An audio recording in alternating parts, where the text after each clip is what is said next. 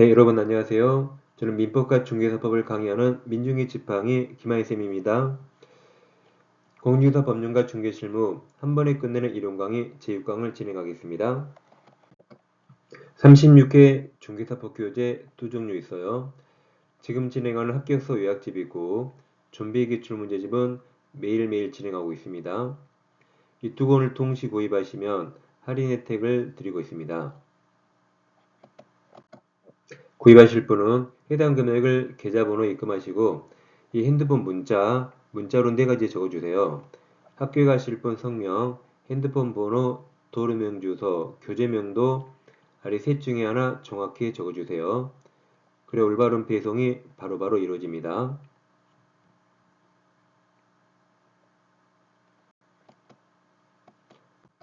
이 시간은 제6강입니다. 교재는 김하희 합격서 요약집입니다. 네, 제4장 중개업 경영편을 공부하겠습니다. 자, 교재는 29페이지입니다. 항상 이 페이지에 써드려요. 개공의 업무법인데 먼저 1번 업무 지역 범위가 있습니다. 자, 그럼 먼저 공인중개사인 개공은 자격증이 있고 법인인 개공도 자격증이 있죠. 이 두 사람은 전국에 있는 부동산을 중개할 수 있습니다. 자격증이 없는 부직상 개업 공인중개사는 원칙적으로 중개사무소가 소지하는 시도에 있는 것만 중개할 수 있어요. 그러니까 시도기 때문에 만약에 사무소가 서울특별시에 있다면 서울특별시 것만 중개할 수 있고 경기도나 인천광역시 등등 다른 시도는 중개 못합니다. 만약에 사무소가 경기도 성남시에 있어요. 그럼 경기도에 있는 것만 중개할 수 있고 서울특별시 X, 인천광역시 X, 다른 시도 X가 됩니다. 그리고 원칙적으로 사무소 소지하는 시도에 있는 것만 중개할 수 있는데 예외적으로 이 부동산 거래 정보망에 가입해서 이를 이용하여 중개할 때는 해당 정보망에 공개된 겁니다. 공개된 관할구역 외의 중개대상물에 대해서도 예외적으로 중개 가능합니다. 항상 원칙을 잘 기억하셔야 돼요. 두 번째 겸업법입니다. 자, 우리 중개사법입니다. 다른 법 X. 중개사법에서는 법인은 겸업장이 있어요. 근데 공인중개사인 개공은 특별히 우리 중개사법은 겸업장은 없습니다. 근데 부칙상 개공은 자격증이 없기 때문에 겸업장이 딱 한 개 있는데 경공매 대리 등을 못합니다. 자격증이 없기 때문에 등기부를 잘 못 봐요. 타인을 대리해서 경공매 업무를 할 수 없습니다. 그러니까 이들이 개인이죠. 두 명의 개인. 이 두 개인인 개공은 특별히 우리 법에 제한 없습니다. 단 부칙상 개공만 딱 한 개, 경공매 업무 등을 못하는 겁니다. 자, 그럼 이제 법인을 보겠습니다. 자, 법인이 개업공개사는 다른 법률에 특별한 규정이 있는 경우를 제외하고는 다음 업무 외에 다른 업무를 할 수 없습니다. 이게 겸업장이죠. 당연히 부동산 중개업 할 수 있어요. 그리고 7번 당연히 경매 공매 대상 부동산에 대한 권리 분석 및 취득 알선과 매수 신청 또는 입찰 시정 대리, 제가 이걸 줄여서 아까 경공매 대리 등이라고 말씀드렸고 이건 당연히 할 수 있습니다. 7번이 좀 약간 그 비하인드 스토리가 있어요. 원래 경공매 업무 등은 변호사만 할 수 있는데 이걸 법무사도 할 수 있게 되었고 우리 시험이 지금 현재 오지선다죠.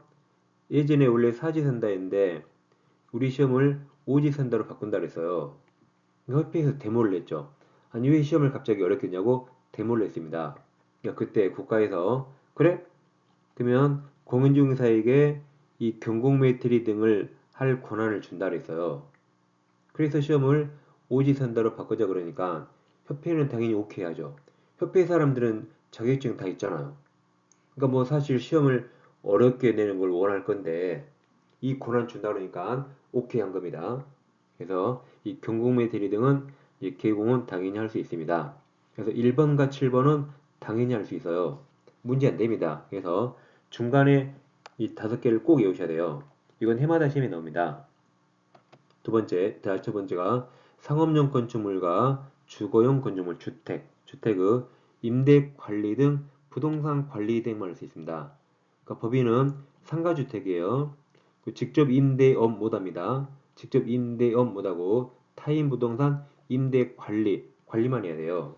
그리고 다시 상가주택의 분양 대행할 수 있습니다. 그러니까 법인은 상가주택 지어서 직접 분양업 못합니다. 직접 분양업 못하고 타인 것 분양 대행만 할 수 있어요. 다 관리 대행입니다. 그리고 상가주택. 네 번째, 이 개공을 대상으로 한 중개업의 경영 기법 및 경영 정보 제공. 이게 소위 말하면 프랜차이즈업 할 수 있어요. 프랜차이즈업은 누구를 대상으로 하죠? 업주 사장님. 그러니까 개공입니다. 여기 공인중개사 틀려요. 그리고 일반인 틀립니다. 세상 여기를 공인중개사 시험을 준비하는 사람이라는 내 적 있어요. 시험보다 얼마나 깜짝 놀랐겠어요? 중개사 수험생 보면 난데? 깜짝 놀랐겠죠? 여러분, 이 프랜차이즈업은 알바를 대상으로 한 게 아니라 업주죠? 그러니까 당연히 개공입니다. 법인인 개공도 들어가고 부칙상 개공도 다 들어가요. 대상으로 한 경영기법, 경영정보 제공, 프랜차이즈업 할 수 있어요.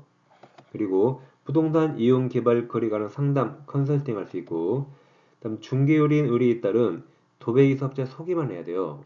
그러니까 법인은 직접 도배업 이사업체 운영 못합니다.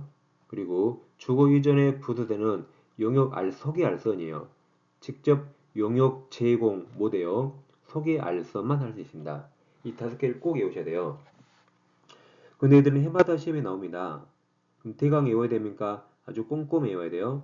아주 꼼꼼히 외워야 돼요. 지금부터 이렇게 올 겁니다. 자, 상가주인님, 상주님이 참 관대해요. 관대한 분이 대 다시 상가주인님이 관대한 분이 대 얼마나 관대해요? 상가주인은 돈도 좀 있고 경제를 잘 알겠죠? 그래서 우리에게 경제에 관해서 아주 상세하게, 상소하게 잘 알려줘요. 아주 경제에 관해서 상세하게, 상소하게 잘 알려줍니다. 다시 상가 주인님이 관대한 분이 돼 얼마나 관대해요? 우리에게 경제에 관해서 아주 상소하게 잘 알려줍니다. 다시 상가 주인님이 관대한 분이 돼 경제에 관해서 상소하게 잘 알려줍니다. 이렇게 외우셔야 시험에서 절대 실수하지 않습니다. 퍼펙트하게 외우셔야 돼요. 자, 그리고 1번이 중개업이죠. 나머지 6개는 중개업이 아니라 겸업이죠. 중개업이 아니기 때문에 이 6개는 중개보수 규정이 적용되지 않고 다른 법의 규정이 있다면 그 규정에 따르고 다른 법의 규정이 없다면 합의에 따라 얼마를 받을 수 있습니다. 특히 지금처럼 부동산 시장이 안 좋을 때 이 상가나 주택 분양 대행 많이 합니다. 중개사들이. 그럼 경기 부동산 시장이 좋으면 굳이 중개사한테 상가, 특히 아파트 분양 대행 맡기지 않습니다. 아파트 지었는데 분양이 안 되니까 중개사한테 분양 대행 맡기고 상가를 팔아야 하는데 안 팔리니까 중개사들에게 분양 대행 맡기는 겁니다. 이건 합의에 따라 얼마를 받을 수 있어요? 보통 막 5억짜리 상가 한 칸 분양 대행해주면 막 2천만 원, 3천만 원 줍니다. 이렇게 합의에 따라 얼마를 받을 수 있습니다. 상기법 꼭 외우세요. 상주님이 관대한 분이래 경제관련 상세히 잘 알려집니다. 29페이지 하단에 있죠? 7번은 다음 페이지 있어요. 자, 그럼 시험이 어떻게 나오냐? 법인은 겸업이 먼저 중개업 당연히 할 수 있고 7번 경공의 대리 등 할 수 있죠. 중간에 5개가 상주님이 관대한 분이래 경제관련 상세히 잘 알려진다 이건데 자, 그럼 법인은 직접 임대업 못합니다. 임대 관리만 그리고 농업용 건축물 관리대행 못해요. 관리대행은 상업용 건축물 주택이죠. 농업용 X 토지 못합니다. 상업용 건축물과 주택이에요. 그리고 직접 이사업체, 도배업체 운영, 용역 제공 못합니다. 소개 알선만. 근데 법인은 이거 못하죠. 근데 여러분 아까 이 개인인 기공 등은 특별한 겸업 제한 없었죠. 아까 부칙상 개공만 이거 7번 이 경고무예 대리 등 못하고 개인인 개공은 우리 중개사법에는 특별한 겸업 제한 없기 때문에 이 개인인 개공 등은 이거 다 할 수 있어요. 그래서 공인중개사인 개공과 부칙상 개공도 이거 다 할 수 있습니다. 이건 법인만 못하는 겁니다. 자, 그럼 아까 7번이 경공무예 대리 등 그랬는데 7번이 정확히 4개로 분할됩니다. 첫째, 경매 대상 부동산의 권리분석 취득알선, 그리고 공매 부동산에 대한 권리분석 취득알선이에요.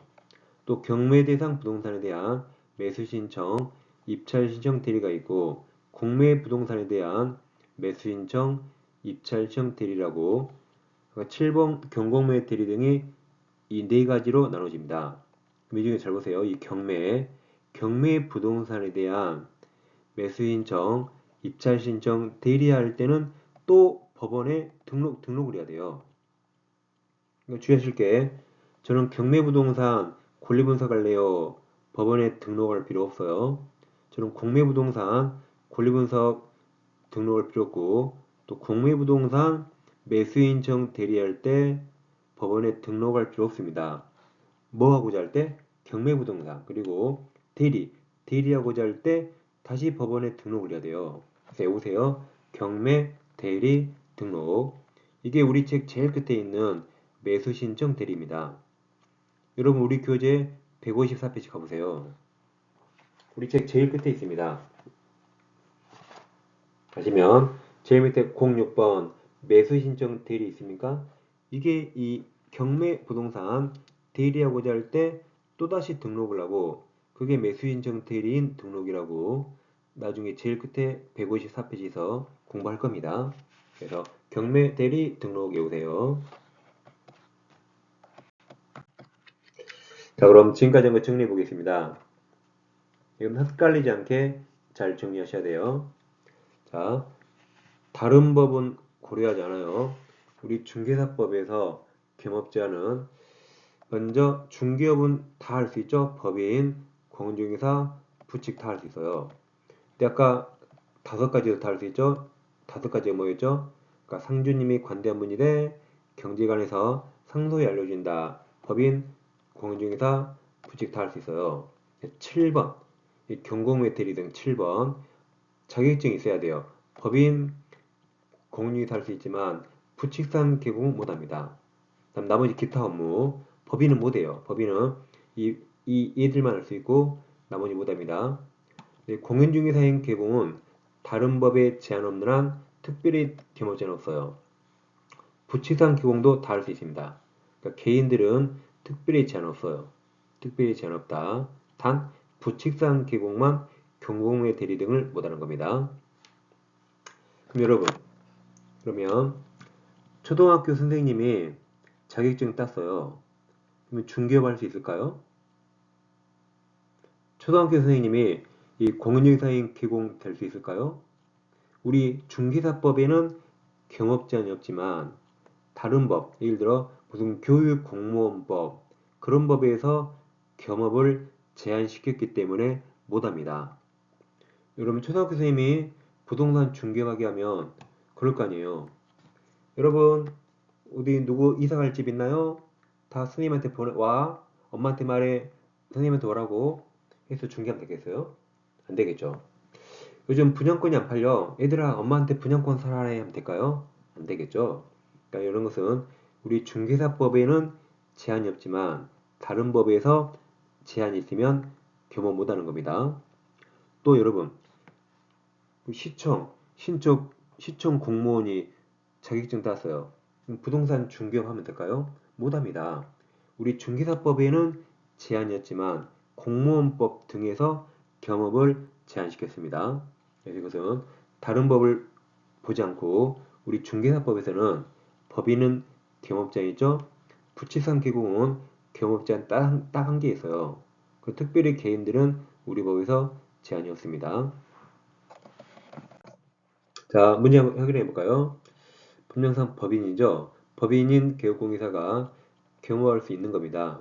그럼 빨리 한기법 떠올려야 돼요. 상주님이 관대한 분이 돼 경제관의 상소에 알려집니다. 기억, 상업용 건축물과 분양대행 맞았죠? 니은, 부동산 이용 개발, 거래 관한 상담 맞았고, 기공 맞아요. 업주를 대상으로 한 중개업의 경제 맞아요. 경영기법 제공 맞았고, 리을 중개의뢰인 의뢰에 따른 도배이 사업자 소개 맞았고, 주거 이전에 부수되는 용역 알선 타 맞았네요. 정답이 5번입니다. 자, 31 한 문제 더 봐요. 법령상 법인인 개공이 경험할 수 있는 거죠. 이 31의 문제가 나왔을 때 우리 강사들도 이 정답을 못 찾았습니다. 니은 때문에. 닌 주사 복합 건물 나왔죠. 이걸 어떤 선생님들은 정답이 아니라 그랬어요. 암기법을 똑바로 안 외워서 그래요.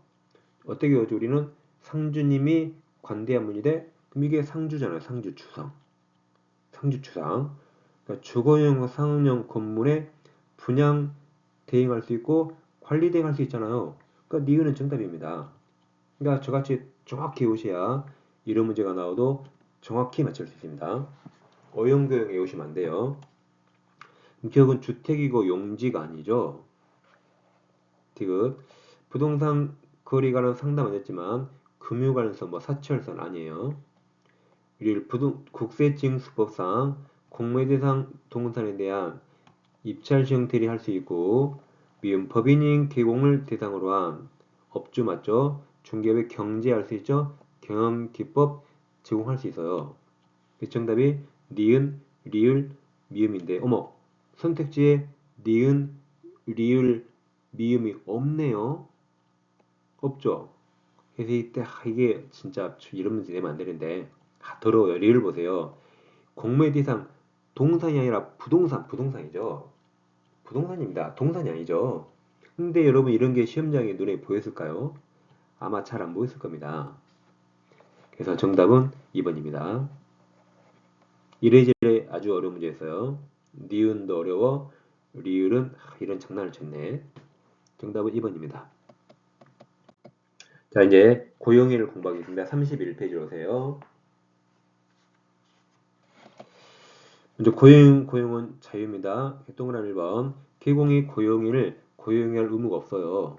혼자 한 사람만 있잖아요. 분사무소도 책임자만 두면 되고 고용인 고용할 의무가 없습니다. 근데 1번도 시험에 나왔어요. 2번, 3번이 최근에 신설됐죠. 2번. 개업공회사가 고용할 수 있는 중개 보조원소는 개공과 소공을 합한 수의 몇 배? 5배를 초과할 수 없습니다. 소위 떴다방을 막기 위해서 떴다방 같은 데서 중개보조원 몇십 명 고용합니다. 그럼 사고 칠 위험이 많잖아요. 그럼 우리 시민들이 피해 봅니다. 그래서 이 보조원 수를 제한했어요. 개공과 소공의 합반수 몇 배? 5배. 3배 하면 틀리죠? 그래서 잘 보세요. 자, 여기 보조원 보세요. 보면 이게 크게 쓰면 이게 5예요. 5. 보조원을 크게 쓰면 뭐라고요? 5. 이것도 자, 5. 그래서 5배입니다. 5배. 기억하세요. 눈만 크게 뜨면 보가 5로 보여. 다음 3번. 중개보조는 현장 안내 등 중개 업무를 보조하는 경우 중개 의뢰인에게 본인이 중개보조인이라는 사실을 미리 알리도록 하고 있어요. 미리 알릴 의무가 있고 물론 알리지 않으면 제재를 받습니다. 그 다음에 양가로 2번. 고용인을 고용하든 말든 자기 맘이지만 신고를 해줘야겠죠. 동그라미 1번. 개업공회사는 소공 또는 보조를 고용한 경우에는 소공은 실무교육, 보조는 직무교육 받도록 한 후 업무 개시 전까지입니다. 업무 개시 전까지 이걸 장난을 많이 쳐요. 고용하기 전 틀립니다. 먼저 고용했죠? 그리고 업무 개시 전까지 등록관청에 신고해야 되는데 전자문서 신고 가능합니다. 인터넷 신고 가능해요.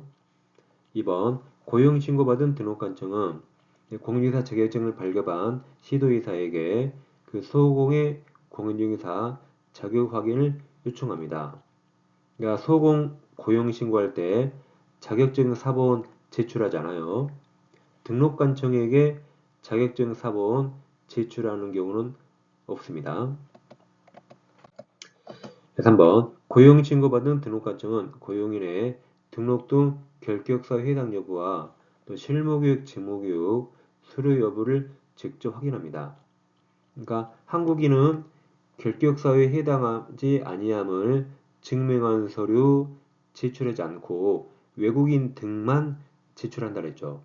이렇게 결격사 해당 여부는 등록관청이 직접 확인하고 교육 수료 여부도 등록관청이 직접 확인합니다. 일하다가 일을 그만둘 수 있죠. 개업공인사는 소공 또는 중개보조원과 고용관계가 종료된 때는 고용관계가 종료된 날로부터 4, 5, 10일이죠. 4, 5, 10일 이내에 신고합니다. 그러니까 일할 때는 동그라미 1번 업무 개시 전에 신고하고 일을 그만두면 여러분 누가 일 그만둔다고 말합니까? 여러분 이 중기업에 종사한 자 이직률이 아주 높아요. 뭐 술 마시다가 싸우잖아요. 그럼 말없이 안 나와버립니다. 뭐 그만둔다고 말 안 해요. 그냥 말없이 안 나와버립니다. 그러니까 사전 신고가 아니고 그만둔 날부터 며칠 이내 4, 후 10일 이내 신고합니다. 이 10일 심이 엄청 잘 나오는데 이 중개사법은 숫자가 심이 아주 잘 나옵니다. 그럼 잘 보세요. 고용관계가 종료됐죠. 그럼 여러분 종료를 써보세요. 쓸 때 이응자 빼고 잘 보세요. 1, 2, 3, 4, 5, 6, 7, 8, 9, 10에서 11이에요. 11. 이응자 없는 거니까 빼고 눈만 크게 뜨면 11이라고 절대로 틀리지 않습니다. 너무 웃지 마세요. 그러니까 숫자는 제가 다 이렇게 해드립니다. 자, 문제 확인해 볼까요? 자, 법령상 개공의 고용인신고 옳은 겁니다. 1번 소공에 대한 고용신고 전자문서 할 수 있다 그랬죠? 1번이 정답이죠. 1번이 몰랐더라도 자 2번 중개 보조원에 대한 고용신고받은 등록과정은 시도의사에게 공인사 자격 확인? 이 보조원이 아니라 소공이죠. 보조원 자격이 없잖아요. 3번 중개 보조 치읓 보조는 무슨 교육? 치읓 직무교육이죠. 4번 개공은 소공과 고용관계가 종료된 때 고용관계가 종료된 날로부터 아까 종료 10글자 10일 10글자입니다. 5번 생략해서 1번을 굳이 몰랐더라도 1번으로 답을 쓸 수 있었습니다. 자 이제 31페이지 제일 밑에 큰 2번이 있어요. 제목을 잘 보세요. 고용인은 무슨 행위? 업무상해에 대한 개공사의 책임입니다. 다시 잘 보세요. 잘못은 고용인이 했죠. 그럼 고용인은 당연히 책임져야 되죠. 근데 그것을 개공도 책임지는 겁니다. 그럼 일단 여기 들어가기 전에 여러분 우리가 책임 그러면 크게 세 가지로 검토하셔야 돼요. 우리가 사회생활 하다가 잘못하면 법적 책임질 수 있죠. 크게 세 가지인데 먼저 민사책임, 민사가 손해배상 돈 주는 거죠. 그다음 형사책임, 행정책임 그게 세 가지를 검토합니다.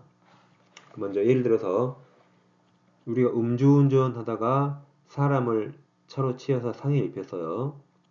음주운전하면 좀 찔리는 신분이 있죠. 이런 일이 있으면 안 되겠지만 그럼 책임져야겠죠. 당연히 민사 당연히 병원비 치료비 물어줘야겠죠. 형사 책임질 수 있죠. 벌금 물거나 깜빵에 갈 수 있죠. 행정 책임으로서 면허 정지나 면허 취소 당할 수 있죠. 보통 책임집니다. 근데 여러분 세상에 간도 그게 무면허 음주운전이었다면 두 가지 책임지겠지만 행정 책임 받을 수 없죠. 행정 책임은 증이 있어야 돼요. 면허증 없죠? 그러니까 면허 정지나 면허 취소를 받을 수 없는 겁니다. 이런 식으로 우리가 중개 업무하다가 중개 사고 쳤네요. 책임져야 돼요. 의뢰인에게 손해가 생기면 민사책임 손해배상 해야 되고 형사책임 질 수 있어요. 우리 중개사법도 위반하면 벌금 내거나 징역형 받을 수 있습니다. 행정책임 져요. 자격 취소, 등록 취소, 업무정지 질 수 있습니다. 근데 여기도 만약에 중개보조원이 사고 치면 얘는 자격증, 등록증 없잖아요. 여기가 똑같은 무면허. 그래서 얘는 두 가지 책임은 지지만 행정 책임은 질 수가 없습니다. 자격증 없잖아요. 등록증 없잖아요. 이런 식으로 우리가 법적인 책임 그면 민사 책임, 형사 책임, 행정 책임 세 가지를 검토합니다. 여기도 마찬가지예요. 고용인이 업무상 행위하다가 사고치면 개공이 책임지는 걸 공부하는 겁니다. 이걸 사용자 책임. 그래서 우리 법 15조 2항에서 개업공인사고 고용한 소공 또는 중개보조원의 모든 행위 틀려요. 중개 업무상 행위. 업무상 행위는 그를 고용한 개공행위로 본다고 써 있죠. 따라서 고용인이 업무상 행위하다가 잘못하면 개공이 한 것으로 보기 때문에 개공이 책임지는 겁니다. 일종의 사용자 책임이에요. 여러분 예를 들어서 우리가 식당에 갔거든요. 식당에 갔는데 종업원이 뜨거운 찌개를 가지고 오다가 뜨거운 막 팔팔 끓어요. 그걸 테이블에 내려놓다가 잘못에 내 다리에 엎질렀네요. 내 무릎에. 그럼 여러분 뭐라 하죠? 지금 종업원이 오다가 찌개를 세상에 내 다리에 엎질렀어요. 그럼 제일 처음에 뭐라 그래요? 제일 처음에 아 뜨거 그러지. 아 뜨거. 아 뜨거. 그리고 뭐라 그래요? 사장 나와. 사장. 그겁니다. 종업원이 책임 못 지면 사장이 책임지는 겁니다. 우리도 마찬가지예요. 고용인이 사고 쳤죠? 사장님이 책임지는 겁니다. 항상 책임하면 세 가지. 민사, 행정, 형사 그랬죠. 자, 민사 책임의 손해배상입니다. 예를 들어서 일단 손해배상 책임 무과실 책임이에요. 개공은 무과실이라 책임을 면하는 면책 규정 없단 말입니다. 자, 그럼 갑이 개공이고 우리 고용인이에요. 고용인이 일하다가 의뢰인에게 중개 업무상 재산상 손해를 끼쳤다 해보세요. 그럼 이 고용인의 행위는 개공행위로 보기 때문에 개공이 책임져야 됩니다. 근데 개공이 왜 책임질까요? 원래 을이 책임져야 되지만 을이 혹시 돈이 없고 책임 못 질까봐 사장님이 먼저 책임져 주는 겁니다. 그럼 책임졌죠. 그럼 최종적으로 갑은 직접 잘못한 의뢰에게 책임을 묻습니다. 그런 걸 구상권 행사한다 그래요. 구상권이란 원래 을이 책임져야 되는데 사장님 갑이 대신 먼저 책임졌죠. 그리고 내부적으로 잘못한 을에게 책임을 물어야겠죠. 그런 걸 구상권이라고 말합니다. 이때 갑은 의뢰인평에게 책임져야 되는데 이 개공 갑의 책임이 무과실 책임이라는 거죠. 즉 갑은 해당 행위에 대해서 고용인 을에게 주의와 감독을 다 했어요. 그래도 잘못 없죠. 그래도 책임지는 무과실 책임입니다. 의뢰인 보호를 위해서 무조건 책임지는 겁니다. 이런 식으로 개공은 책임을 면책받는 규정이 없어요. 그걸 무과실 책임이라고 볼 수 있습니다. 그래서 병을 보호하는 거죠. 자, 이제 형사책임은 달라요. 자, 이건 면책 규정이 있습니다. 개공이 고유할 수 있을 때만 책임지는 면책 규정이 있어요. 소공, 중개보조원, 개공인 법인의 임원 또는 사원이 법 48조가 3-3이에요. 3년 이하 징역 또는 3천만 원 이하 벌금. 49조가 1-1입니다. 1년 이하 징역 또는 1천만 원 이하 벌금. 위반 행위를 한 때에는 그 행위자를 벌하는 이외에 그들을 고용한 개공에 대해서도 해당 조에 규정된 벌금형이 동그라쳐요. 징역형이 아니라 벌금형을 과한다. 그러니까 직접 잘못한 사람은 3년 이하 징역 또는 1년 이하 징역을 받을 수 있거든요. 근데 그를 고용한 개공은 직접 잘못한 건 아니죠. 그러니까 벌금형을 과하는 겁니다. 벌금형. 다만 면책규정 그 개공이사가 그 위반 행위를 방지하기 위하여 해당 업무에 관한 상당한 주의와 감독을 게을리하지 아니한 경우에는 그러하지 아니하다가 벌금형을 과하지 않는다죠. 이렇게 개공은 형사 책임에 관해서는 고유가시 있을 때만 책임지는 과실 책임을 지게 됩니다. 즉 책임이 면책된 규정이 이렇게 그러나 있잖아요. 이렇게 단서에 있습니다. 자, 그럼 예를 들어서 갑이 개공이고 우리 소공인데 우리 중개의뢰인과 직접 거래하면 이거 3-3 처벌된다고 나중에 공부합니다. 나중에 이렇게 올 거예요. 증리상투 꾸당 부모님이 교란한다라고 직접 거래하면 3-3 처벌돼요. 그럼 소공을은 징역형을 받을 수 있고 벌금형을 받을 수 있죠.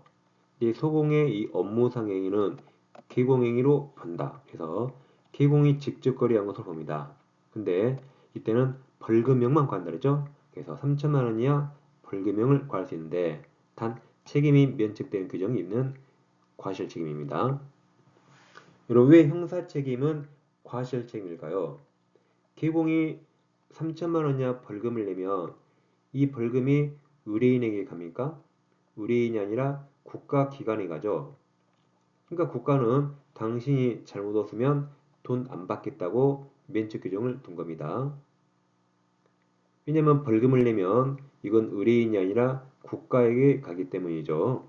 근데 아까 민사책임은 계공이 민사, 손해배상 책임하면 국가에 그 돈이 간 게 아니고 피해를 본 의뢰인에게 가요.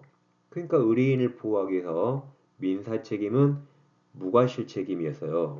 면책 규정이 없었습니다. 형사책임 양벌 규정은 벌금이 국가에 가기 때문에 여기는 계공이 잘못했으면 벌금 안 받겠다는 면책 규정이 있는 겁니다.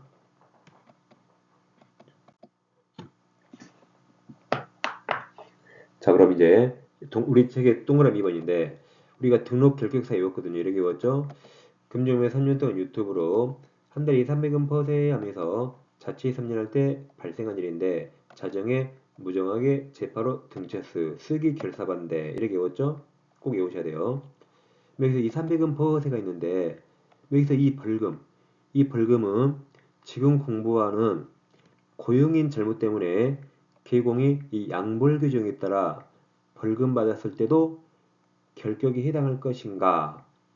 우리 판례는 아니라 했습니다. 그래서 결격사에 규정된 이 300원 퍼세 여기죠?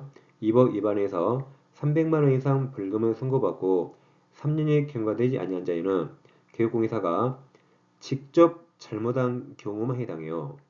직접 잘못한 게 아니고 고용인 때문에 양벌 규정에 의해서 벌금형을 받은 경우는 포함되지 않는다고 판시합니다. 그래서 이 벌금은 계공 자기가 직접 잘못에 받은 벌금만 의미하고 고용인 때문에 양벌 규정에 따라 받은 벌금은 결격에 해당하지 않습니다.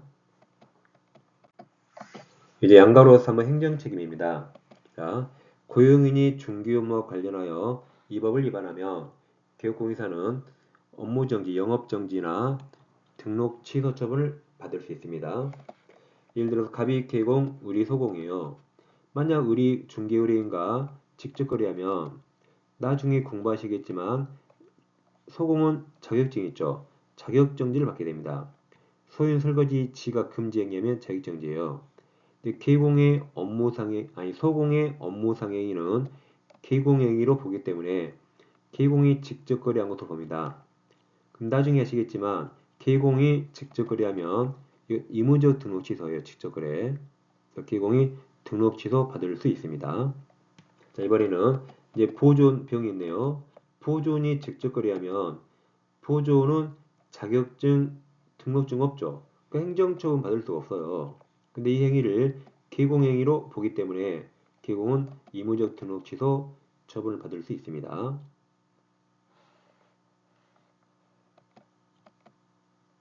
지금까지 고용인이 잘못했을 때 고용인이 책임진 걸 공부한 게 아니었고 사장님, 개공이 책임진 걸 공부했습니다.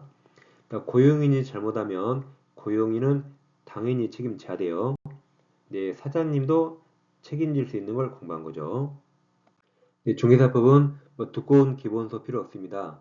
이 합격서 이 얇은 교재를 계속 반복해서 보시면서 기출문제집을 반복한 게 합격의 지름길입니다.